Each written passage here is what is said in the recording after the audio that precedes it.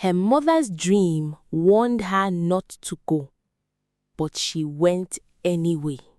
What happened next still gives me nightmares. I was still lying in bed, half asleep, scrolling through my phone the way we all do before finding the strength to face the day. My roommate Maggie was already up, moving around the flat. The comforting smell of her tea drifted under the bedroom door.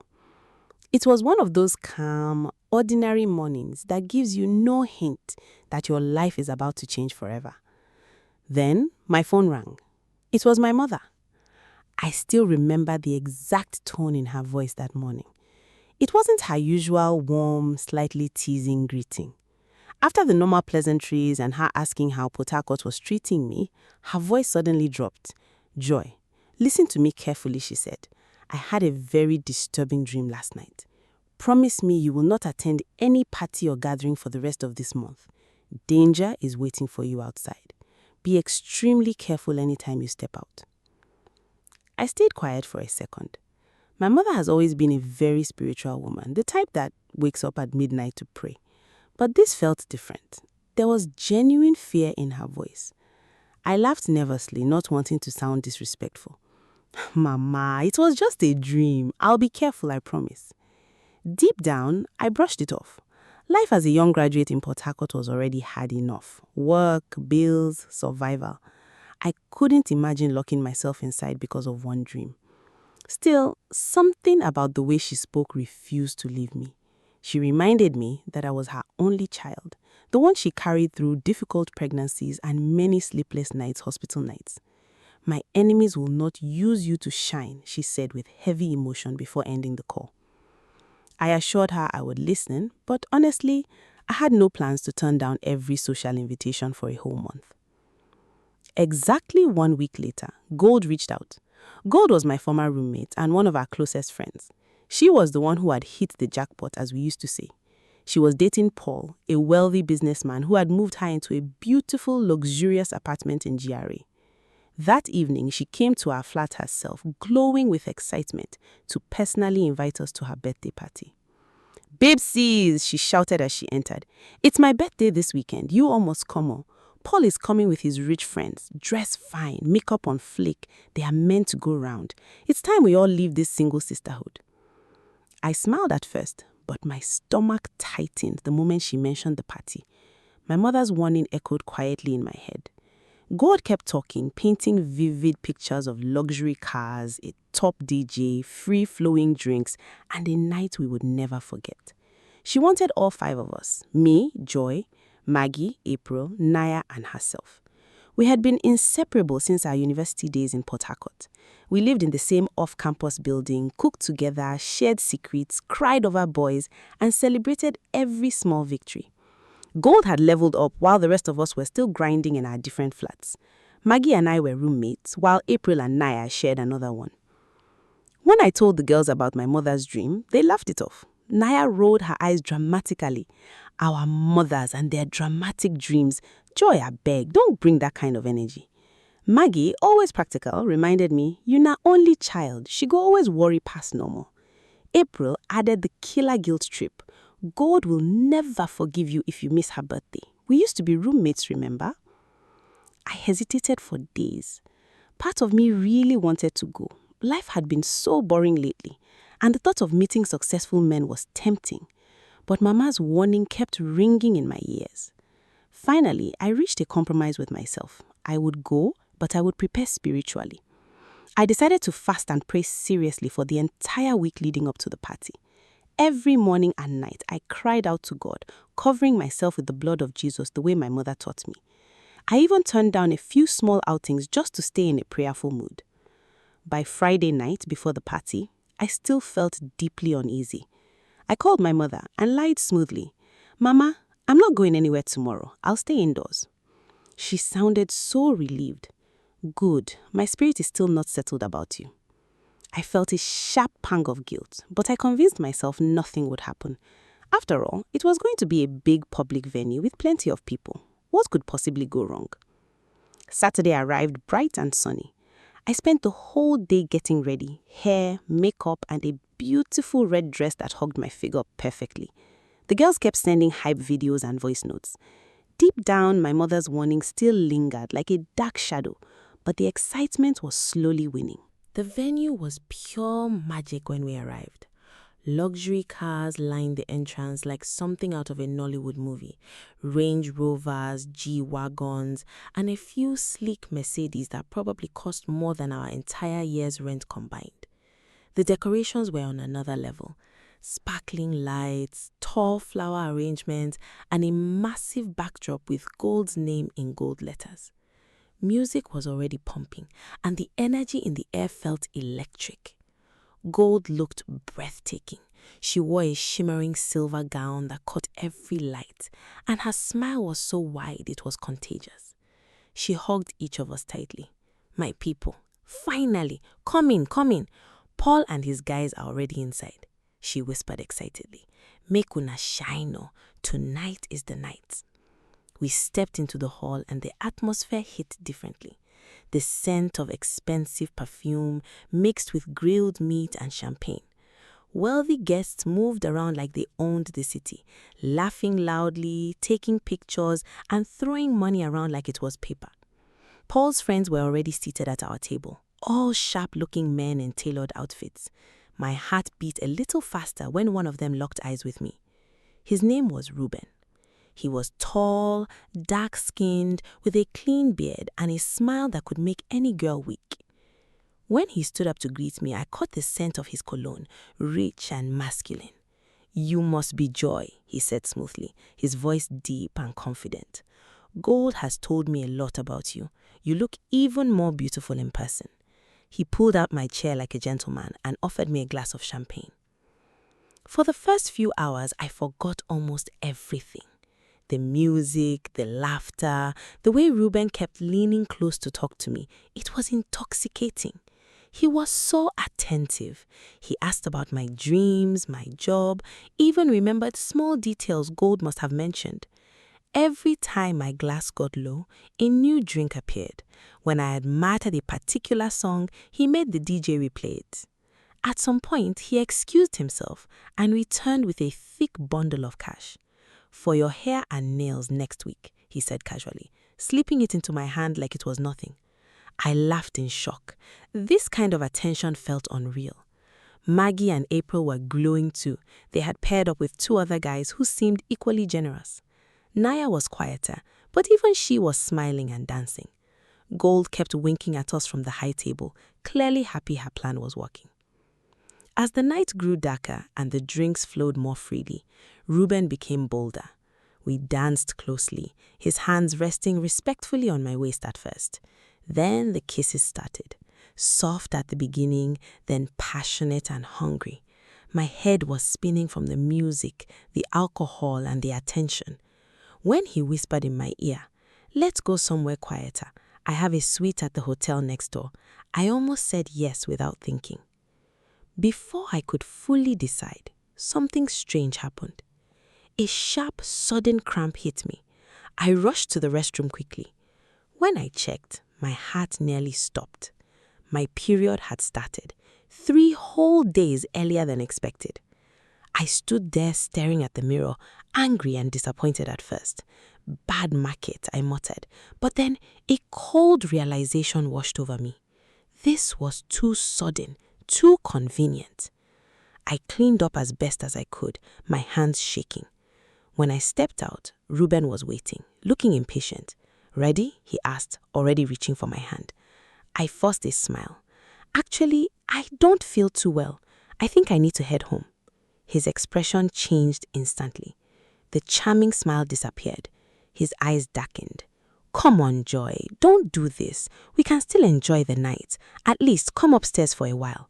When I shook my head, he stepped closer, voice dropping. "At least give me something before you leave. Don't waste my time." The pressure in his voice sent chills down my spine. The man who had been so sweet all night suddenly felt different, almost desperate.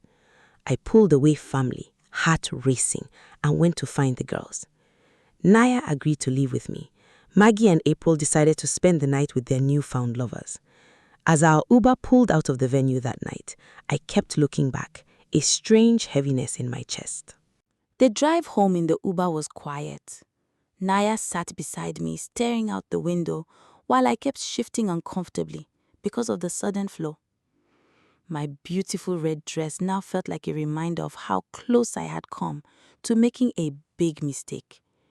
Every time I closed my eyes, I saw Ruben's face change from charming to aggressive in seconds. That pressure in his voice still gave me chills. "Are you okay?" Naya asked softly. I don't know. Something felt off tonight," I replied. She nodded but didn't push further. We both agreed it was better we left when we did. When we got to our area, we said goodnight and I went into the flat I shared with Maggie. The silence in the room felt heavy without her usual loud laughter or music playing. I cleaned up, changed, and tried to sleep, but my mind wouldn't rest. I kept replaying the night, the luxury, the attention, Ruben's sudden anger. I whispered a small prayer of thanks before drifting off. The next morning, I woke up to bright sunlight streaming into the room. Maggie's bed was still empty and untouched. I checked my phone. No calls, no messages. Strange. April and Naya's flat was just across the compound, so I walked over. Naya opened the door looking worried. "April never came back," she said immediately. We tried calling both Maggie and April. Their phones rang out the first few times, then went completely off. At first, we laughed it off. "They must have really enjoyed themselves," Naya said with a naughty smile. "Probably still in the hotel, enjoying breakfast in bed."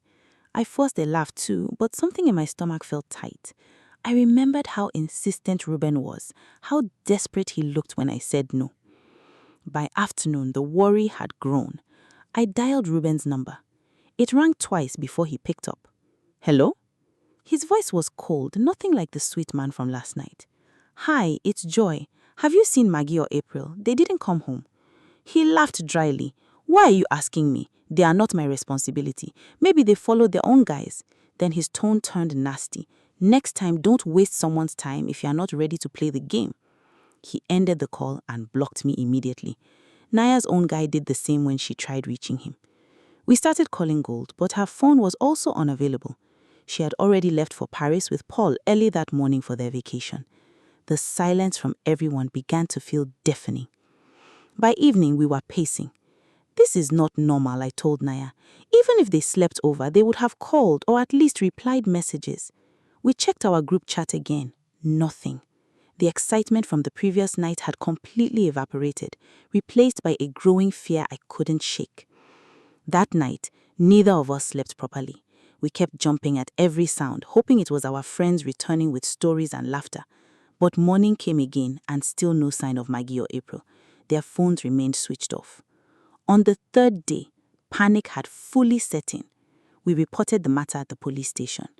The officers listened but didn't seem too concerned at first. "Young girls at parties, they will soon show up," one of them said with a shrug.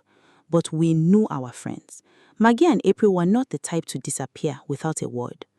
As the days dragged on, a terrible feeling settled over me. My mother's warning kept replaying like a broken record. What if I had ignored it completely? What if that sudden period hadn't come at the exact right moment? Little did I know, the worst was yet to come. The days that followed felt like a nightmare I couldn't wake up from. Every morning, I would wake up hoping to hear Maggie's voice in the kitchen or her loud laughter as she recounted the night. But the flat remained painfully silent. Her bed stayed untouched, her favorite cup sitting dry on the shelf. April's side of the compound was the same, empty and quiet. By the fourth day, Naya and I were barely eating. We moved between our two flats like ghosts, calling every hospital, every friend, even checking social media for any sign of them. Nothing. Gold was still unreachable in Paris, posting occasional stories of luxury hotels and Eiffel Tower pictures that now felt mocking. We sent her countless messages begging her to call us. She read some, but never replied. On the fifth day, the police finally took us more seriously. A senior officer listened to our story and promised to look into it. But in Nigeria, we all know how these things go. We had to keep following up, begging, and sometimes dropping small money before anything moved. Then the call came. It was a Tuesday evening. My phone rang with an unknown number. A calm but serious voice on the other end said, "This is Inspector Okun from the State CID. We need you and your friend to come to the mortuary immediately. We found a body."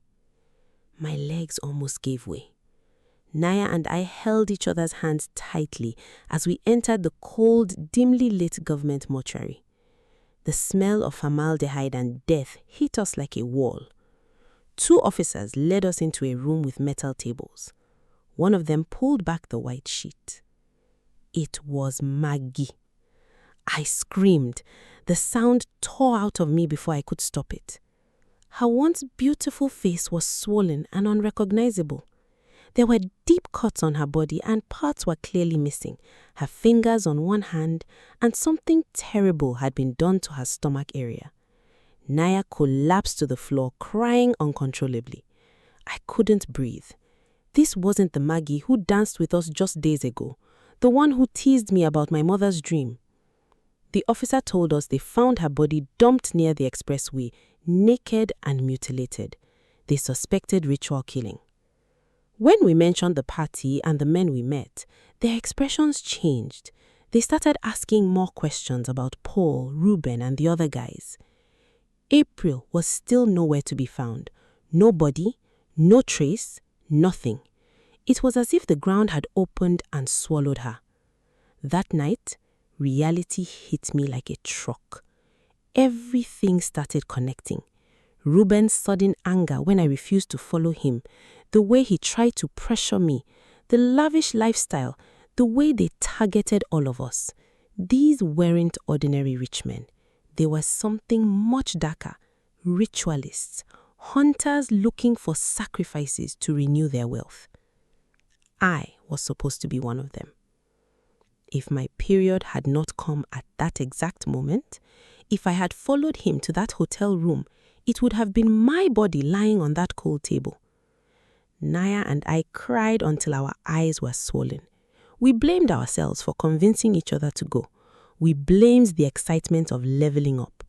But most of all, I kept hearing my mother's voice on the phone that morning. Danger is waiting for you outside. The guilt, the fear, and the trauma crushed me. I couldn't eat. I couldn't sleep. Every shadow in the house made me jump. I would wake up at night sweating, remembering Ruben's face when it changed. But the horror wasn't over yet. The truth came to me in pieces, like a puzzle I never wanted to complete. After identifying Maggie's body, the police launched what they called a serious investigation. We told them everything: the party, Paul's rich friends, Ruben, the sudden disappearance. For the first time, they seemed to take us seriously. 2 weeks later, they arrested 4 men, including Ruben. For 2 days, we felt a small sense of justice. But on the 3rd day, they were all released. Money had changed hands, as it always does in Nigeria. The case was buried quietly, and Ruben and the others vanished from Port Harcourt like smoke. We never saw them again. Gold never returned from Paris. Her number stopped ringing. Her luxurious apartment was later cleared out. Nobody knew what happened to her or Paul. It was as if they had all disappeared into thin air.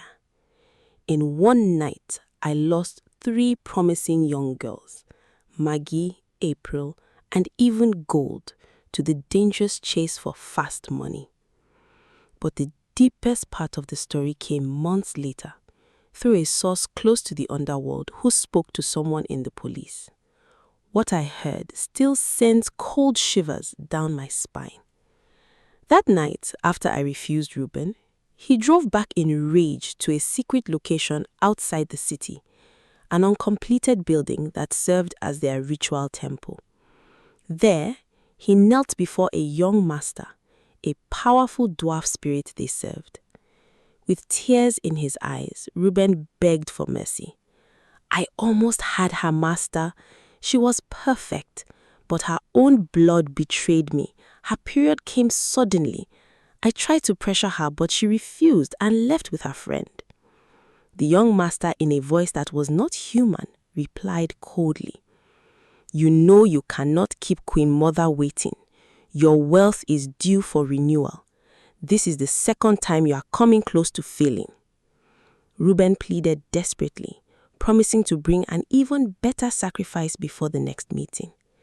The young master gave him one final chance. They performed their closing rituals with blood and incantations, and the men disappeared into the night. I was supposed to be that sacrifice. My friends Maggie and April were not as lucky. Their bodies were used for renewing the evil wealth of those men. The sudden early period that disappointed me that night was actually divine protection. My mother's dream and her constant prayers had built a wall around me that no charm could break. That same evening, I heard the full story. I broke down completely. I called my mother, sobbing like a child. "Mama, your dream saved me. Your prayer saved my life. I'm so sorry I didn't listen fully." My mother cried with me on the phone. "My daughter, God is faithful. I kept praying day and night because the dream kept returning. Thank God you are alive." Naya also survived because she followed me home that night. We both held each other many nights, crying for our friends and thanking God for sparing us. The trauma never fully left me. Even today, I still get heart palpitations when memories flash back. Sometimes I smell that same cologne Reuben wore and I freeze. I no longer take my mother's warnings lightly. I have seen with my own eyes what happens when we ignore the voice of God speaking through our parents. My mother's dream truly saved me. What really happened to gold? Was she also used for rituals? Or did she know all along and sacrifice her friends on the altar of love? Till today, I still cannot stop thinking about gold because I truly do not understand her motives. My mother's dream truly saved me. My people, this story is not just another party gone wrong tale. This is the reality many young ladies are facing today in our big cities. You see fine boys, luxury cars, bundles of cash, and you think you finally made it. But behind the shine, some of these men are not what they seem. They are moving with powers most of us cannot understand. What happened to Joy, Maggie, April, and Gold is happening more often than we want to admit. One night of leveling up can end your life forever. Never ignore your parents' warnings, especially when they come through dreams and prayer. Your mother carried you for 9 months. Her spirit is deeply connected to yours. When she says don't go, it is not just ordinary fear. Many times it is God speaking through her to protect you. This story reminds us of the spiritual battles happening in our generation. Ritual killings, blood money, and Yahoo Plus are real. Parents' prayers and discernment still remain one of the strongest protections a child can have. Joy survived not because she was smarter or luckier, but because her mother stood in the gap in prayer. Never take that for granted. Now I want to hear from you. Have you or someone you know ever had a warning through a dream that later came true? Did you listen or ignore it? Drop your own experience in the comment section. Let's learn from each other. And if you're a parent, please share this story with your daughters. It might save a life. If this story touched you, please like, share, and turn on notifications so you don't miss the next one. Remember, your mother's prayer might be the only thing standing between you and danger. Never take it lightly. Until next time, stay prayerful, stay careful, and stay blessed.